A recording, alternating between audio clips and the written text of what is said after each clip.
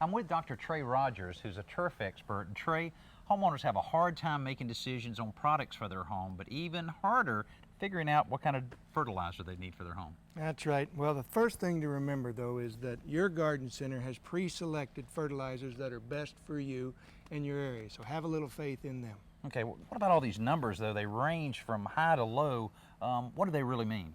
Well, these are the numbers, are percentages of nitrogen. The second number is percentage of phosphorus, and the third number is percentage of potassium.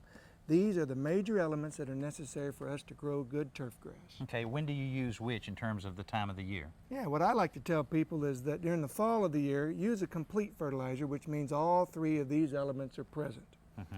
During the spring and the summer, you can go ahead and use a fertilizer that maybe the dominant element is the nitrogen, the first one. Okay.